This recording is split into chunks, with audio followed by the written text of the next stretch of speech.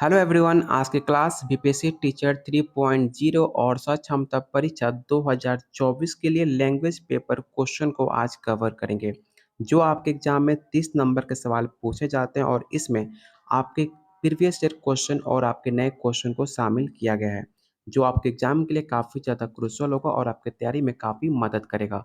तो चलिए शुरू करते हैं आज का पहला क्वेश्चन। उससे पहले आपको बता दें कि आपको पता होगा 30 नंबर में आपको 9 नंबर लेके आना होता है आपके पेपर क्वालिफाई करने के लिए। तो वीडियो के अंत तक आप ज़रूर बने रहिएगा, क्योंकि इसमें आपको सारे इंपॉर्टेंट क्वेश्चन कराए जाएंगे जो आपके पेपर में देखने को डायरेक्ट मिल सकता है। सबसे पहले हिंदी क्वेश्चन को सॉल्व करेंगे, उसके बाद हम इंग्लिश को क्वेश्चन को सॉल्व करेंगे। आज का पहला क्वेश्चन है, डूस्टर का संधि विच्छेद क्या होगा? आपके पास 4 ऑप्शन है और बताना इसका राइट आंसर क्या हो जाएगा। तो इसका राइट आंसर ऑप्शन आपका सी हो जाएगा। याद रखिएगा, जो आपका दुस्तर है आपके ये विसर्ग संधि का उदाहरण माना जाता है। तो ऑप्शन इसका सी राइट आंसर होगा। सदैव शब्द कौन सा संधि है? आपको बताना है कि सदैव शब्द किस संधि है। गुण संधि है, दीर्घ संधि है, वृद्धि है, या ऑप्शन डी या आयादी संधि है। तो इसका राइट आंसर ऑप्शन आपका सी हो जाएगा। अगला क्वेश्चन, अविष्ट का संधि विच्छेद क्या होगा? तो इसका राइट आंसर ऑप्शन आपका सी हो जाएगा। और याद रखिएगा, अभिष्ट आपका दीर्घ संधि का उदाहरण माना जाता है। तो ऑप्शन सी आपका राइट आंसर होगा। क्वेश्चन नंबर अगला है, तैरने की इच्छा को क्या कहते हैं? ये सवाल आपके प्रीवियस ईयर क्वेश्चन का पूछा सवाल है। तैरने की इच्छा क्या कहलाती है? तो इसका राइट आंसर हो जाएगा ऑप्शन बी तितरसा। तैरने की इच्छा तितरसा कहलाती है। ऑप्शन बी आपका राइट आंसर होगा। दिन और दिन शब्द युग्म का सही अर्थ क्या होगा? आपको बताना है कि इन शब्द का सही अर्थ क्या होगा। पहला ऑप्शन है दिवस गरीब, गरीब दिवस, सुबह गरीब, या ऑप्शन डी है दोपहर गरीब। तो इसका राइट आंसर ऑप्शन आपका ए हो जाएगा। दिन और दिन का अर्थ होता है दिवस और गरीब। अगर आप दिन इस तरह लिखते हो तो आप ये जो दिन होता है आपका मंडे ट्यूसडे वाला, वो आपका दिवस हो गया, और इस दिन का मतलब होता है गरीब। तो ऑप्शन इसका ए राइट आंसर होगा। क्वेश्चन नंबर 31, निम्न में कौन सा आदि व्याधि शब्द युग्म का आदि का अर्थ क्या होगा? आपको बताना है। मानसिक कष्ट, आधा, पागलपन, या ऑप्शन डी है अधक पारी जैसे लोग। तो याद रखिएगा, जो आपका आदि वर्ड है, आदि का मतलब होता है आपका मानसिक कष्ट। क्या आप मुझे बता सकते हो कि व्याधि का अर्थ क्या होता है? तो याद रखिएगा, व्याधि का अर्थ होता है आपका रोग, बीमारी, पीड़ा। उदाहरण के लिए गांव के लोग आदि व्याधि से पीड़ित हैं, मतलब कि जो गांव के लोग हैं वो मानसिक कष्ट और बीमारी से पीड़ित हैं। इसका मतलब ये हो जाएगा। तो ऑप्शन इसका ए राइट आंसर होगा। क्वेश्चन नंबर 32, दारू का क्या अर्थ है? इसमें तो किसी को भी गलती नहीं होना चाहिए, क्योंकि बिहार में दारू बंद है। तो उम्मीद करता हूँ दारू का अर्थ कम से कम आपको पता होना चाहिए। दारू का मतलब क्या है? शराब है, स्त्री है, पर्वत है, या ऑप्शन डी है लकड़ी है। तो याद रखना, दारू मतलब शराब नहीं होता है। मैक्सिमम लोग अगर इसका आंसर ए बता रहे हो तो सारे लोग गलत हो। दारू का मतलब होता है लकड़ी। इसे याद रखना, दारू का मतलब होता है लकड़ी।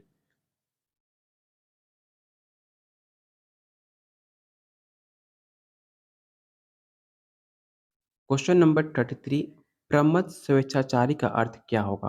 आपके पास 4 ऑप्शन है, बताइए इसका राइट आंसर क्या हो जाएगा। तो इसका राइट आंसर ऑप्शन आपका ए होगा। इसे जरूर याद रखिएगा, ऑप्शन ए आपका राइट आंसर होगा। अगला क्वेश्चन है, खर शब्द का निम्नलिखित में एक का अर्थ क्या नहीं है? आपको बताना है कि आपके पास 4 ऑप्शन में, और इन 4 ऑप्शन में कौन सा ऑप्शन आपका खर्च का सही मतलब नहीं दिखाया है। गधा, बाण, तिनका, या ऑप्शन डी है एक राक्षस। तो इसका राइट आंसर होगा ऑप्शन बी, खर शब्द अर्थ बाण नहीं होता, जबकि अन्य विकल्प में गधा, तिनका और राक्षस खर शब्द का सही अर्थ होता है। तो ऑप्शन इसका बी राइट आंसर होगा, क्योंकि आपसे नहीं है पूछा गया था। अगला क्वेश्चन है, निम्नलिखित में कौन सा शब्द भ्रमर का परिभाषित शब्द नहीं है? आपको बताना है कि कौन सा ऐसा शब्द है जो भ्रमर का परिभाषित शब्द नहीं है। तो इसका राइट आंसर ऑप्शन आपका डी हो जाएगा, जो आपका दृढ़ है वो आपके भ्रमर का परिभाषित शब्द नहीं है, बाकी दृढ़ आपका हाथी का परिभाषित शब्द माना जाता है, इसे याद रखिएगा। ऑप्शन इसका डी राइट आंसर होगा। चलते हैं अगले क्वेश्चन पे। अगला क्वेश्चन है, अभिलाषा का परिभाषी क्या नहीं होगा? कामना, लालसा, इच्छा या ऑप्शन डी या अनिच्छा? तो इसका राइट आंसर ऑप्शन आपका डी हो जाएगा। अनिच्छा आपके अभिलाषा का परिभाषित शब्द नहीं होता है। तो ऑप्शन डी आपका राइट आंसर होगा। अभिलाषा का कौन-कौन सा परिभाषित शब्द होता है? तो याद रखिएगा, कामना, लालसा, इच्छा, आकांक्षा, तृष्णा, मनोरथ, ये सारे आपके एग्जाम्पल हैं, आपके परिभाषित शब्द हैं अभिलाषा के। तो ऑप्शन इसका डी राइट आंसर हो जाएगा। क्वेश्चन नंबर 37, ध्वंस शब्द किसका विलोम शब्द है? आपको बताना है कि ध्वंस का विलोम शब्द क्या होगा? विध्वंस, निर्माण, तुल्य या ऑप्शन डी या प्राकृतिक? तो इसका राइट आंसर ऑप्शन आपका बी हो जाएगा। जितने लोग ऑप्शन ए टिक आउट कर रहे हैं उनका आंसर गलती हो जाएगा, और मैक्सिमम आंसर आपके जो प्रीवियस ईयर क्वेश्चन में सवाल पूछे गए थे, तो मैक्सिमम लोगों ने इसका right answer option A tick out किया था, बिंदुवंश। इसलिए मैंने क्वेश्चन को फिर से अपने प्रैक्टिस सेट में दिया है कि इसमें आप गलती करोगे और ये सवाल आपके पेपर में फिर से पूछा जा सकता है। और याद रखिएगा, ध्वंस का जो आपका विलोम शब्द होगा वो आपका निर्माण होगा। तो ऑप्शन इसका A right answer, option B आपका राइट आंसर होगा।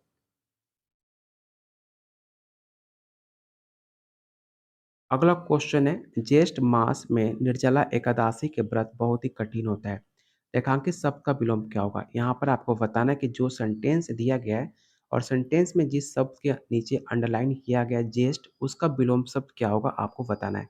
ऐसे क्वेश्चन आपको बीपीएससी 3.0 में देखने को मिलेगा, क्योंकि बीपीएससी आयोग द्वारा साफ कह दिया गया कि इस बार जो आपका क्वेश्चन होगा थोड़ा मॉडरेट टू हाई होगा, क्योंकि इस बार आपकी सीट काफ़ी कम है और बच्चे काफ़ी ज़्यादा है। तो इस बार आपका कंपटीशन थोड़ा-सा हार्ड लेवल का होने वाला है। तो इसलिए आपने देखा होगा बीपीएससी 2.0 में लैंग्वेज पेपर का क्वेश्चन किस लेवल का होगा। तो इसलिए उम्मीद कर सकते हो कि क्वेश्चन आपको सेम पैटर्न पे आपको बीपीएससी 3.0 में देखने को मिल सकता है, और जिनका पेपर जस्ट अभी सच क्षमता परीक्षा में हुआ है, उनसे आप पूछ सकते हो कि उनका क्वेश्चन का लेवल कैसा रहा है। लैंग्वेज पेपर बिल्कुल भी ईज़ी नहीं आ रहा, जिसे आप आसानी से बिना पढ़े आप बना सकते हो। लैंग्वेज पेपर क्वालीफाई करने के लिए तो आपको प्रैक्टिस करना ही पड़ेगा, और प्रैक्टिस करने के लिए आपको 1500 क्वेश्चन दिया जा रहा है सिर्फ ₹50 में, जो आप वीडियो के कमेंट बॉक्स में या आप मुझे इस नंबर पे मुझे व्हाट्सएप कर सकते हो। सिर्फ ₹50 में आपको दिया जा रहा है प्रैक्टिस सेट, ₹50 में 1500 क्वेश्चन। 6200964624 पे आप मुझे व्हाट्सएप करके इसका प्रैक्टिस सेट ले सकते हो सिर्फ ₹50 में। चलते हैं अगले क्वेश्चन पे, और इसका आंसर क्या होगा आपको बताना है। क्वेश्चन 38 का आंसर क्या हो जाएगा? तो ऑप्शन डी हो जाएगा, कनिष्ठ। ज्येष्ठ का आपका विलोम शब्द होता है कनिष्ठ, इसे जरूर याद रखिएगा। अगला क्वेश्चन है, उपेक्षिता का विलोम शब्द क्या होगा? ये सवाल आपके प्रीवियस ईयर क्वेश्चन का पूछा हुआ सवाल है। पर्वत, घाटी, अधिकता या ऑप्शन डी है विसर्जन? तो इसका राइट आंसर ऑप्शन आपका सी हो जाएगा। अगला क्वेश्चन है, खिलौना शब्द का मूल शब्द क्या है? खिल, खेल, औना या ऑप्शन डी है आपका ना? ये भी सवाल आपके प्रीवियस ईयर क्वेश्चन का पूछा हुआ सवाल है।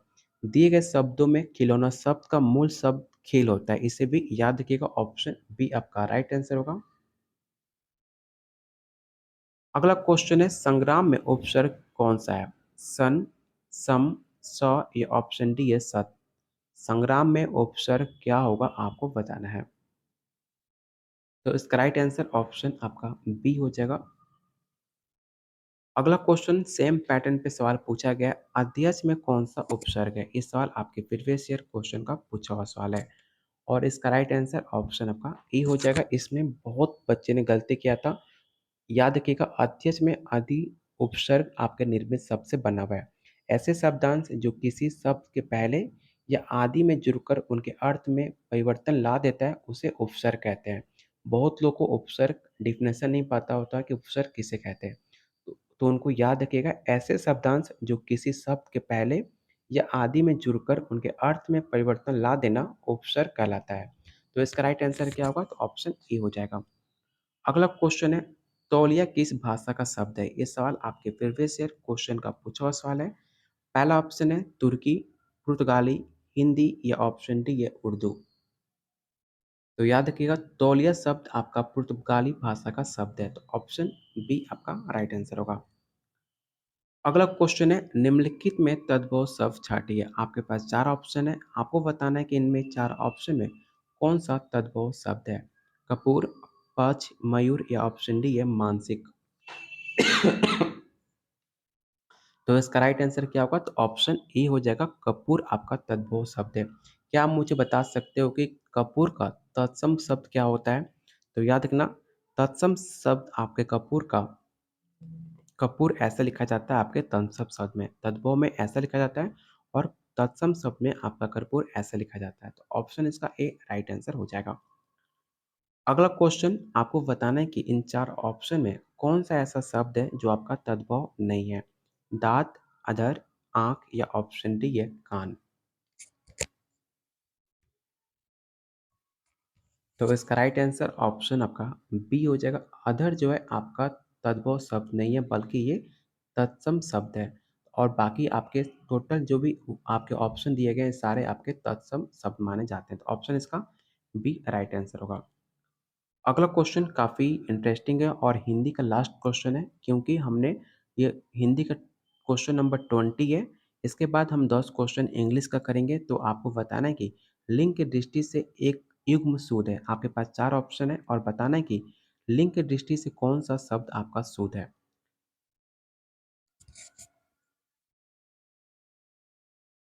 तो इसका राइट आंसर ऑप्शन आपका डी हो जाएगा भगवान और भगवती। आपके सही आंसर हो जाएगा ऑप्शन डी। टोटल हमने 20 क्वेश्चन कंप्लीट कर लिए हिंदी के। इसके बाद हम इंग्लिश का 10 क्वेश्चन देखेंगे। टोटल हम 30 क्वेश्चन करेंगे आप और आपको बताना है कि लास्ट में आपने आउट ऑफ 30 आपने कितने क्वेश्चन राइट अटेम्प्ट किए हैं। तो चलिए शुरू करते हैं इंग्लिश का पहला क्वेश्चन। उससे पहले अगर आपको उम्मीद करता हूँ वीडियो पसंद आ रही हो क्योंकि आप लोग के लिए इतना मेहनत किया जा रहा है तो प्लीज़ वीडियो को लाइक और शेयर जरूर कीजिएगा। जब तक आपका पेपर नहीं हो जाता तब तक आपको डेली ऐसे ही इंपॉर्टेंट क्वेश्चन कराए जाएंगे जो आपके एग्जाम में डायरेक्ट पेपर में देखने को मिल सकता है। इसलिए वीडियो को लाइक और शेयर करना बिल्कुल मत भूलिएगा। अगर आप पहली बार चैनल पर विजिट कर रहे हैं तो चैनल को जरूर सब्सक्राइब कर लीजिएगा और इसका पीडीएफ लेने के लिए आप मेरे टेलीग्राम चैनल पर ज्वाइन कर सकते हैं जिसका लिंक मैंने डिस्क्रिप्शन बॉक्स में और कमेंट बॉक्स में पिन कर रखा हुआ है। देखते हैं आज का पहला क्वेश्चन इंग्लिश का। पहला क्वेश्चन है select the option that can be used as a one word substitute for a given group of words. आपको एक सेंटेंस दिया गया है जिसमें आपको बताना है कि इस सेंटेंस को वन वर्ड में एक शब्द में बताना है, इसका मतलब क्या होगा। सेंटेंस क्या है, the practice of practising someone to do something by using force और थ्रेट्स। मतलब क्या हुआ, इसका मतलब हुआ बल या धमकी देकर किसी को कुछ करने के लिए राजी करने की प्रथा क्या कहलाती है। क्रूरटी मतलब क्या होता है, तो निर्दयता होता है। रफनेस मतलब क्या होता है, रफनेस मतलब अशिष्टा। और कंक्लूजन मतलब होता है आपका विवशता। और कोरिजन मतलब जबरदस्ती। ठीक है, तो जस्ट मैंने आपको बताया हिंदी कि बल या धमकी देकर किसी को कुछ करने के लिए राजी करने की प्रथा क्या कहलाती है, तो जबरदस्ती कहलाती है, जिसको इंग्लिश में कोरिजन के नाम से जानते हैं। तो ऑप्शन इसका डी राइट आंसर हो जाएगा। आपको इंग्लिश में बिल्कुल भी डरने की ज़रूरत नहीं है। जिस तरह आपको पूरे अच्छे से समझा कर बताया जाएगा, हर एक पॉइंट को, हर एक ऑप्शन को आपको पूरा हिंदी में समझाया जाएगा जिसमें आपको कोई भी डाउट नहीं रहेगा। सिर्फ आंसर टिक आउट करना मेरा मकसद नहीं है, आपको पूरे अच्छे से समझा देना मेरा बस एक ही मकसद है कि आपको हर क्वेश्चन, हर एक ऑप्शन आपको डिटेल में बताया जाए जिससे आपको बिल्कुल भी कोई डाउट ना रह जाए। क्वेश्चन सेकंड क्या है, select the most appropriate synonym of the given word. आपको अगले क्वेश्चन में आपको परिभाषित शब्द बताना है कि वेंचर का परिभाषित शब्द क्या होता है।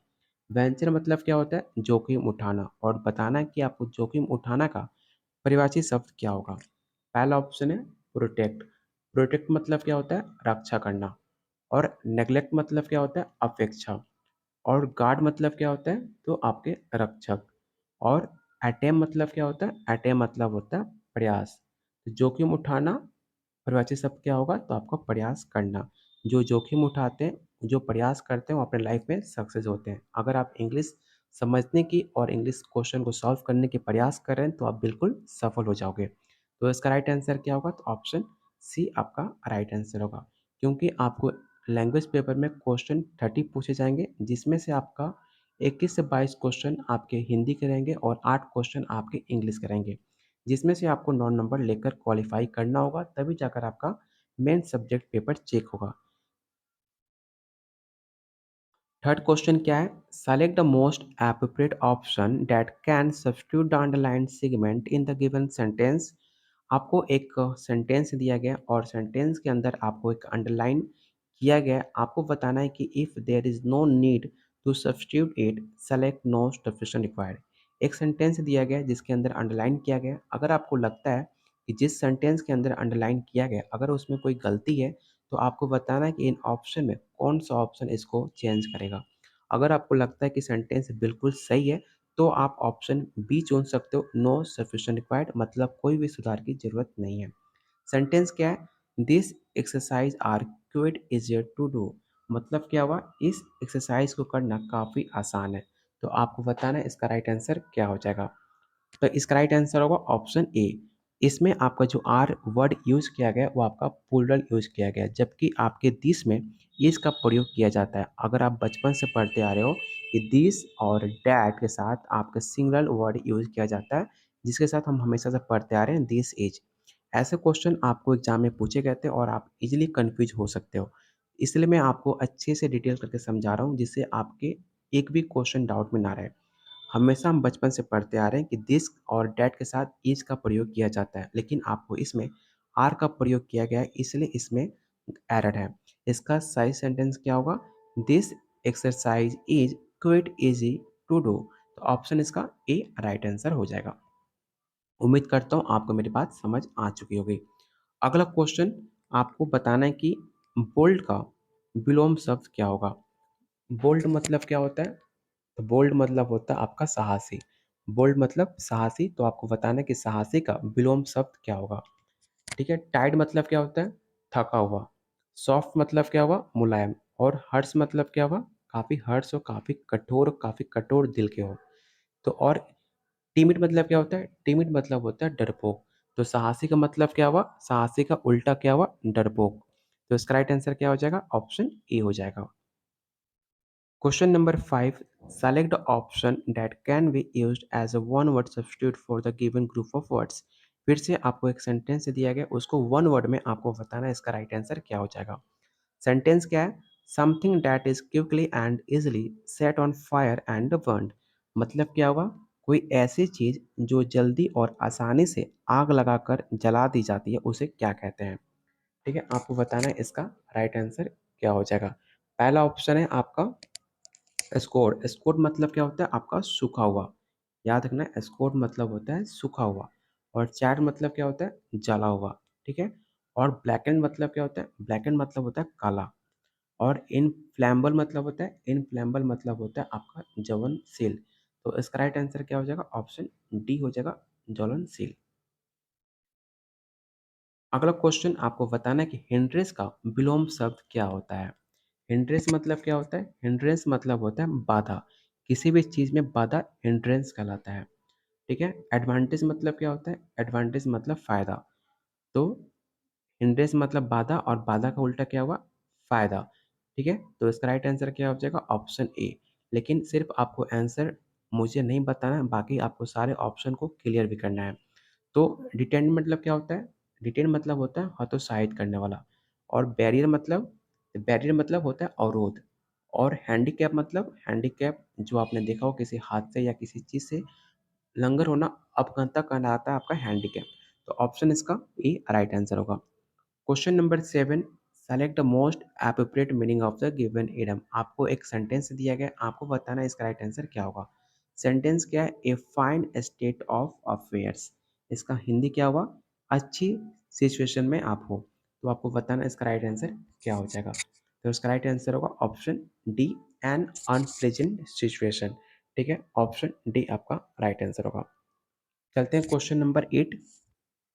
क्वेश्चन नंबर 8 है, select the most appropriate option that. एक आपको सेंटेंस दिया गया है जिसमें आपको एक अंडरलाइन किया गया है। आपको बताना है कि अगर इस सेंटेंस में जो अंडरलाइन किया गया वर्ड है, अगर इसमें कोई एरर है, तो आप ऑप्शन को चुन सकते हो। अगर आपको लगता है कि सेंटेंस में कोई एरर नहीं है, तो आप ऑप्शन नो सफिशिएंट रिक्वायर्ड को चुन सकते हो।